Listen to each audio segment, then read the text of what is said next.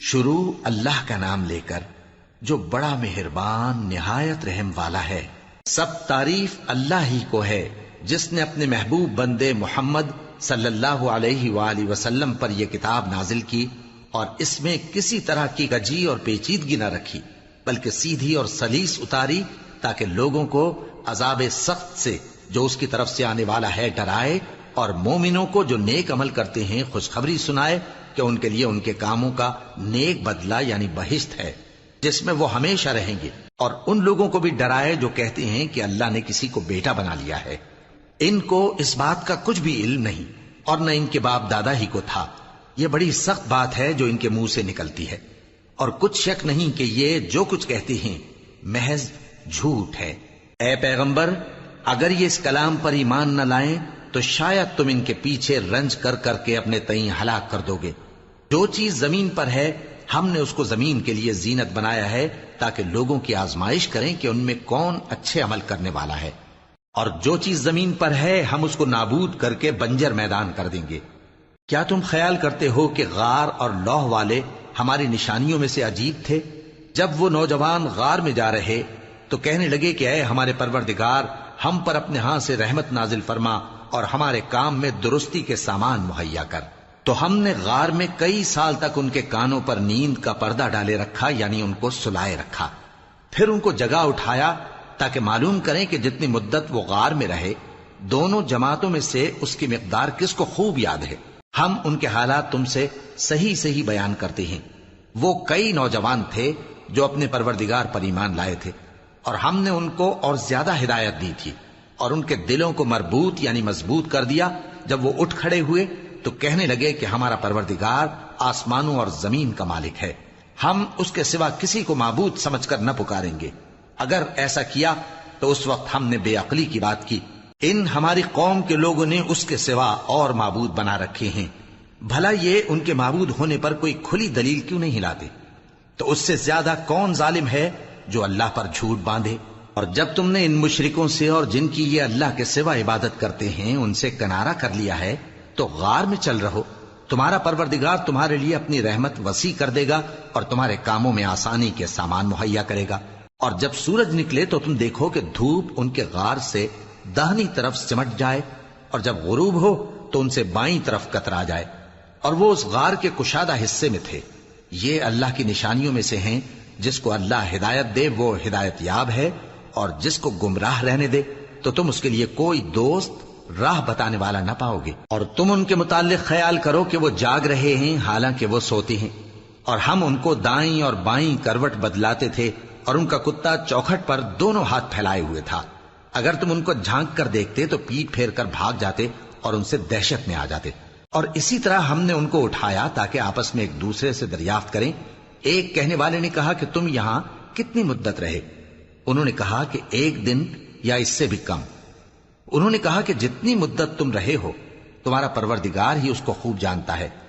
تو اپنے میں سے کسی کو یہ روپیہ دے کر شہر بھیجو، وہ دیکھے کہ نفیس کھانا کون سا ہے تو اس میں سے کھانا لے آئے، اور احتیاط سے آئے جائے اور تمہارا حال کسی کو نہ بتائے۔ اگر وہ تم پر دسترس پا لیں گے تو تمہیں سنسار کر دیں گے یا پھر اپنے مذہب میں داخل کر لیں گے، اور اس وقت تم کبھی فلاح نہیں پاؤ گے۔ اور اسی طرح ہم نے لوگوں کو ان کے حال سے خبردار کر دیا تاکہ وہ جانیں کہ اللہ کا وعدہ سچا ہے، اور یہ کہ قیامت جس کا وعدہ کیا جاتا ہے اس میں کچھ شک نہیں۔ اس وقت لوگ ان کے بارے میں باہم جھگڑنے لگے اور کہنے لگے کہ ان کے غار پر عمارت بنا دو۔ ان کا پروردگار ان کے حال سے خوب واقف ہے۔ جو لوگ ان کے معاملے میں غلبہ رکھتے تھے وہ کہنے لگے کہ ہم ان کے غار پر مسجد بنائیں گے۔ بعض لوگ اٹکل پچو کہیں گے کہ وہ 3 تھے اور چوتھا ان کا کتا تھا، اور بعض کہیں گے کہ وہ 5 تھے اور چھٹا ان کا کتا تھا، اور بعض کہیں گے کہ وہ 7 تھے اور 8واں ان کا کتا تھا۔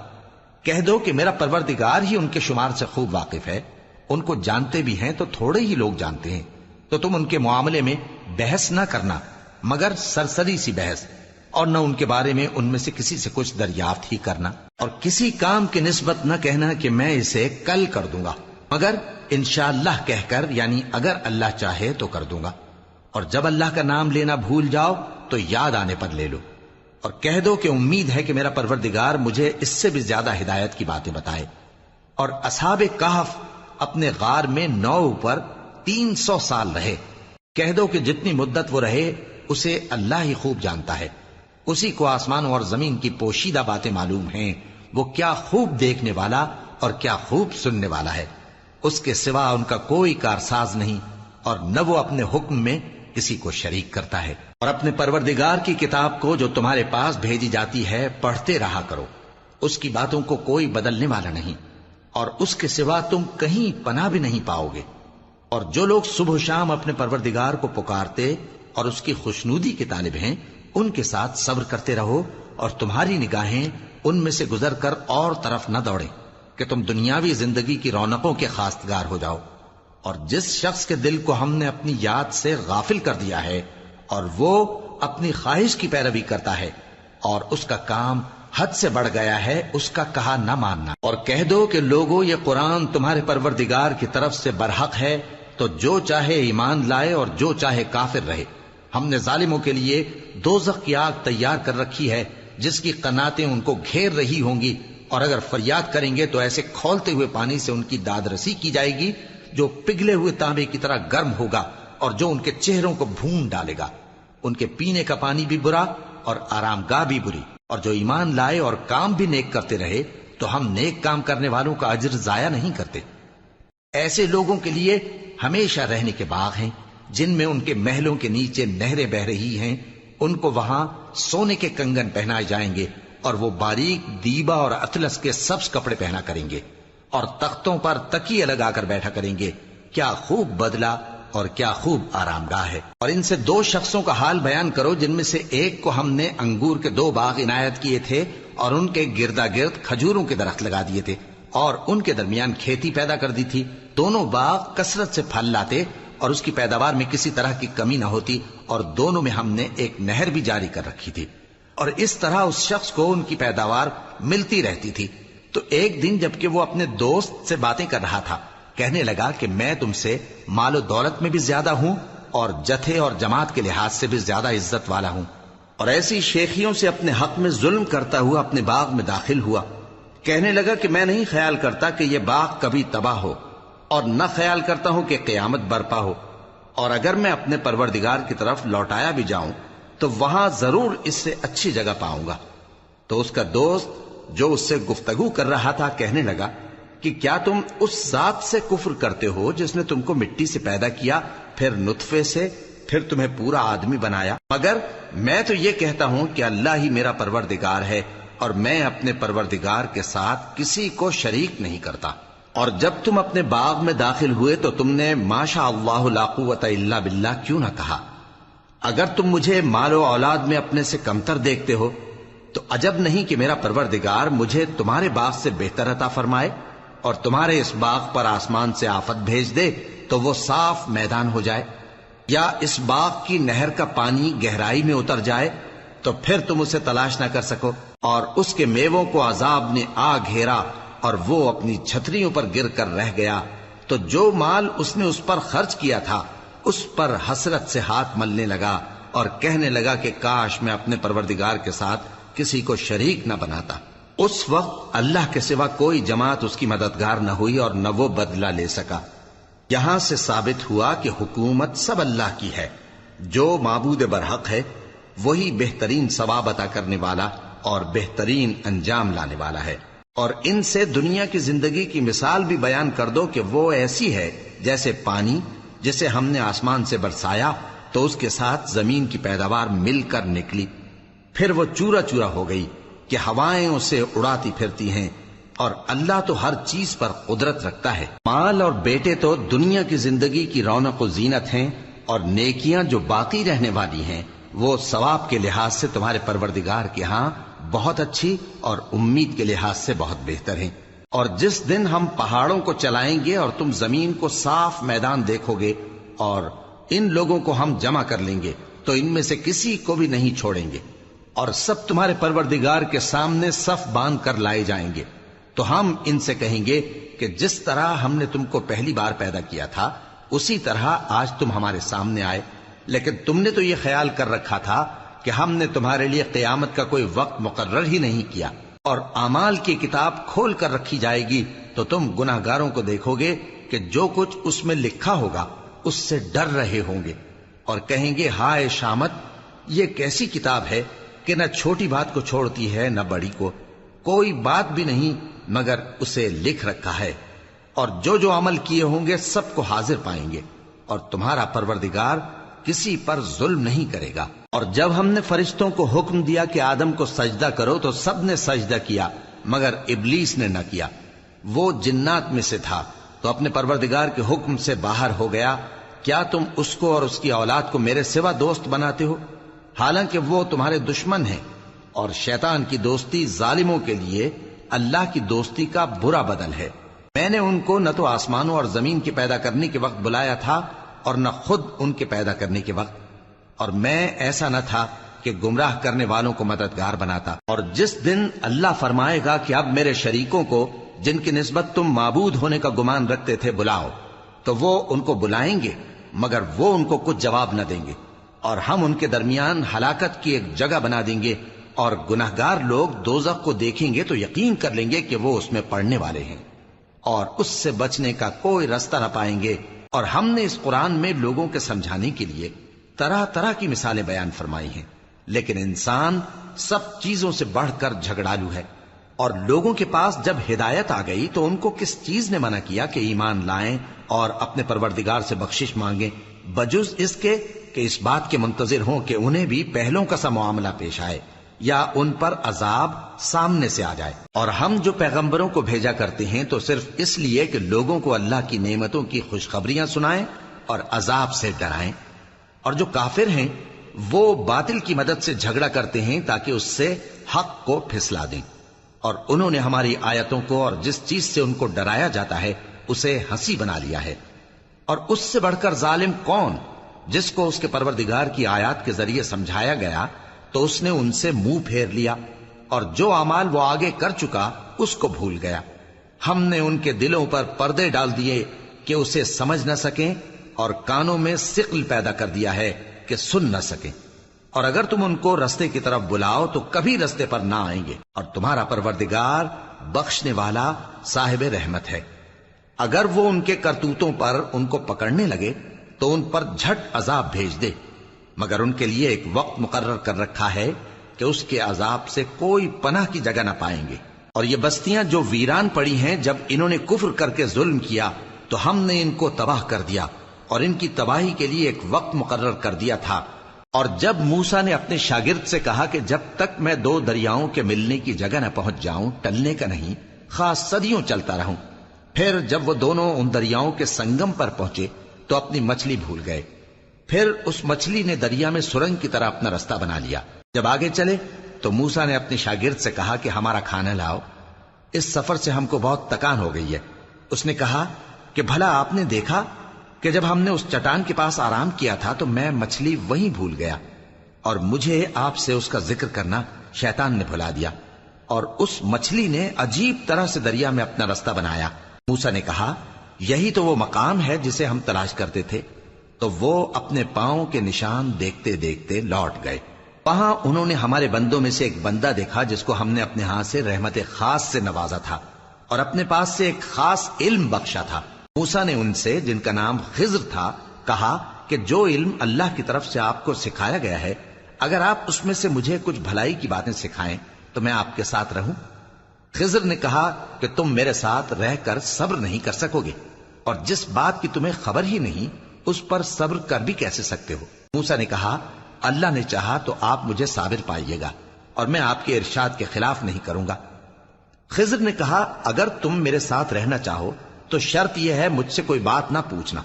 جب تک میں خود اس کا ذکر تم سے نہ کروں۔ تو دونوں چل پڑے، یہاں تک کہ جب کشتی میں سوار ہوئے تو خضر نے کشتی کو پھاڑ ڈالا۔ موسیٰ نے کہا کیا آپ نے اس کو اس لیے پھاڑا ہے کہ سواروں کو غرق کر دی؟ یہ تو آپ نے بڑی عجیب بات کی۔ خضر نے کہا کیا میں نے نہیں کہا تھا کہ تم میرے ساتھ صبر نہ کر سکو گے؟ موسیٰ نے کہا کہ جو بھول مجھ سے ہوئی اس پر مواخذہ نہ کیجیے اور میرے معاملے میں مجھ پر مشکل نہ ڈالیے۔ پھر دونوں چلے، یہاں تک کہ رستے میں ایک لڑکا ملا تو خضر نے اسے مار ڈالا۔ موسیٰ نے کہا کہ آپ نے ایک بے گناہ شخص کو ناحق بغیر قصاص کے مار ڈالا، یہ تو آپ نے بری بات کی۔ خضر نے کہا کیا میں نے نہیں کہا تھا کہ تم سے میرے ساتھ صبر نہیں ہو سکے گا؟ انہوں نے کہا کہ اگر میں اس کے بعد پھر کوئی بات پوچھوں یعنی اعتراض کروں تو مجھے اپنے ساتھ نہ رکھیے گا کہ آپ میری طرف سے عذر کے قبول کرنے میں حد کو پہنچ گئے ہیں۔ پھر دونوں چلے، یہاں تک کہ گاؤں والوں کے پاس پہنچے اور ان سے کھانا طلب کیا۔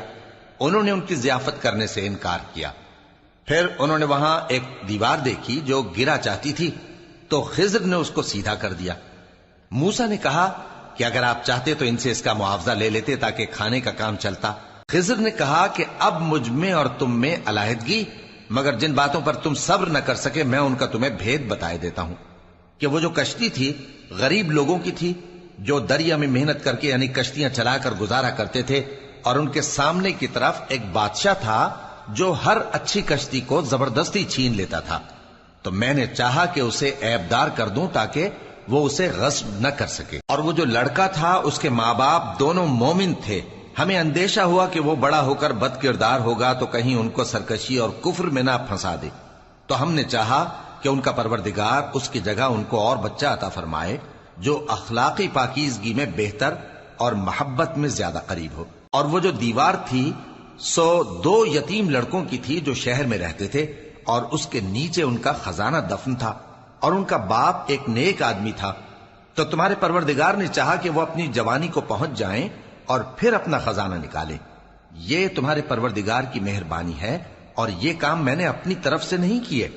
یہ ان باتوں کی حقیقت ہے جن پر تم صبر نہ کر سکے۔ اور تم سے ذوالقرنین کے بارے میں دریافت کرتے ہیں،